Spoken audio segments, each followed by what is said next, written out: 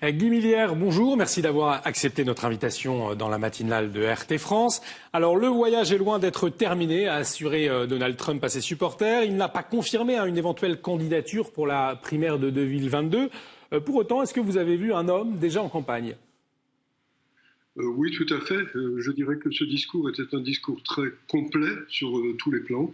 Il a commencé par expliquer ce qu'était la présidence Biden jusqu'à présent. Et c'est vrai que c'est une présidence qui s'annonce assez désastreuse. Pour le moment, je ne vais pas revenir sur tous les détails, mais il y aurait beaucoup à en donner. Il a ensuite rappelé ce qu'il avait accompli pendant sa présidence.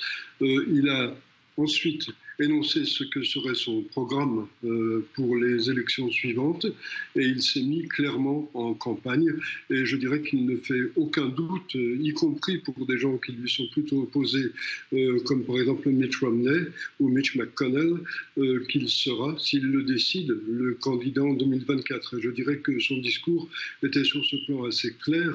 Je dirais qu'il a clairement, très nettement laissé entendre qu'il serait sans doute candidat en 2024, et je pense qu'il aura toutes les chances de l'emporter à ce moment-là, car si la présidence Biden continue sur la lancée de ce premier mois, qui a effectivement été désastreux, il n'y aura aucun doute sur le résultat de 2024, et même sans doute sur celui de 2022. Peut-être un peu tôt pour en juger, Guy Millière. Néanmoins, on le voit bien, plus d'un électeur sur deux dans le camp conservateur, on l'a vu dans les sondages, pense que c'est le meilleur candidat pour la primaire. Également au sein du parti, quel est le poids finalement de son parti qui le soutient encore, Donald Trump, selon vous ? Je dirais qu'il est soutenu massivement. Ceux qui sont contre Donald Trump à l'intérieur du parti sont l'ancien establishment qui essaie de se sauver, mais cet ancien establishment républicain est complètement marginalisé à présent. Comme je l'ai dit il y a un instant, des gens comme Mitt Romney, des gens comme Mitch McConnell sont des gens qui ont essayé de tenir un discours anti-Trump, et on voit qu'ils sont en train de rentrer dans le rang actuellement, parce qu'ils comprennent parfaitement que le parti républicain est désormais le parti de Donald Trump, et s'ils veulent espérer avoir encore une carrière politique au sein du parti républicain, il importe qu'ils changent de discours et qu'ils se rangent du côté de Donald Trump. Et d'ailleurs, Donald Trump a été très clair. Il a dit que tous ceux qui seraient sur des positions différentes, tous ceux que l'on appelle aux États-Unis les Rhino, Republicans in name only, sont des gens qui n'ont aucun avenir politique au sein du parti républicain. Alors en ce qui concerne les positions différentes, justement, pas de changement de discours depuis plus d'un mois, donc après son départ de la Maison-Blanche, notamment sur l'élection truquée. Cette position, est-ce qu'elle est encore très soutenue aux États-Unis, plus précisément au sein des Républicains? Elle est soutenue non seulement par des républicains, les républicains sont une grande majorité, plus de 75% à penser que l'élection a été totalement biaisée, mais il y a 17 à 18% selon les sondages de démocrates qui pensent la même chose. Et vous avez eu un article dans le magazine Time il y a à peu près un mois, signé par Molly Bank et par ailleurs la biographe de Nancy Pelosi, qui dit explicitement que l'élection était biaisée d'une multitude de façons, mais elle explique en fin d'article que c'était pour sauver la démocratie.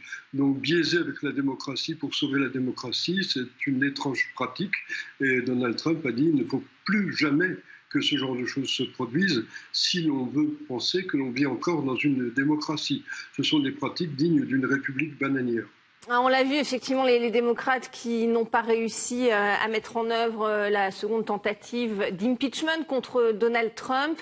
Qu'est-ce qui pourrait le rendre inéligible ? On s'imagine qu'ils ne vont pas s'arrêter là.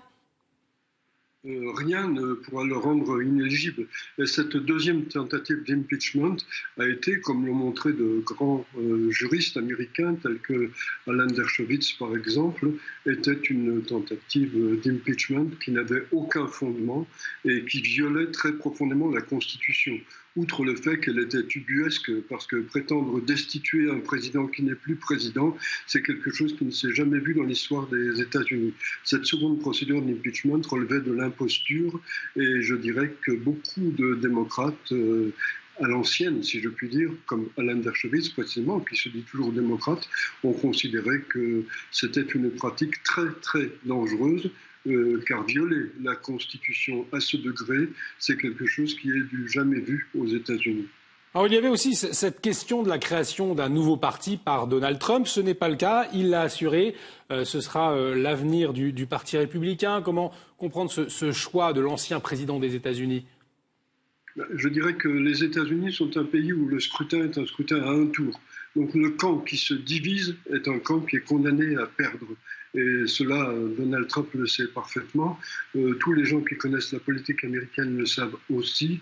Et donc je pense qu'il n'a jamais été question dans la tête de qui que ce soit de sérieux de créer un autre parti politique. De toute façon, le Parti républicain, comme je l'ai dit, c'est le parti de Donald Trump.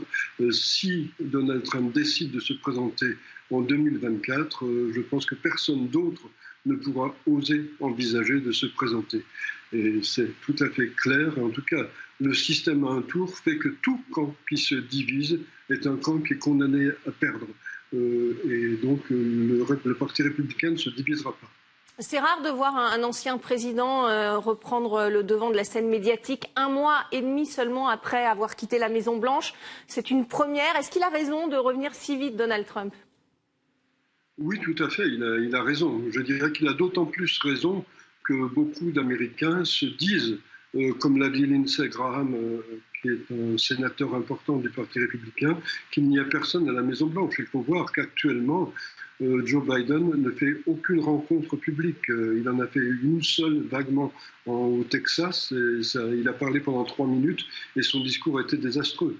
On essaie de cacher le fait que Donald Trump est toujours très populaire. On essaie de cacher aussi le fait que Joe Biden est quelqu'un de très diminué actuellement. C'est quelqu'un qui n'est pas en mesure de pleinement assurer la présidence. Et d'ailleurs, vous avez des démocrates, vous avez 30 démocrates du Congrès qui ont récemment déposé une motion demandant que le bouton nucléaire, les codes nucléaires, ne soient pas simplement entre les mains de Joe Biden.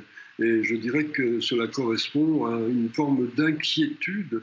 Et je serais très étonné si Joe Biden finit l'année à la présidence et encore plus étonné s'il fait un mandat de 4 ans.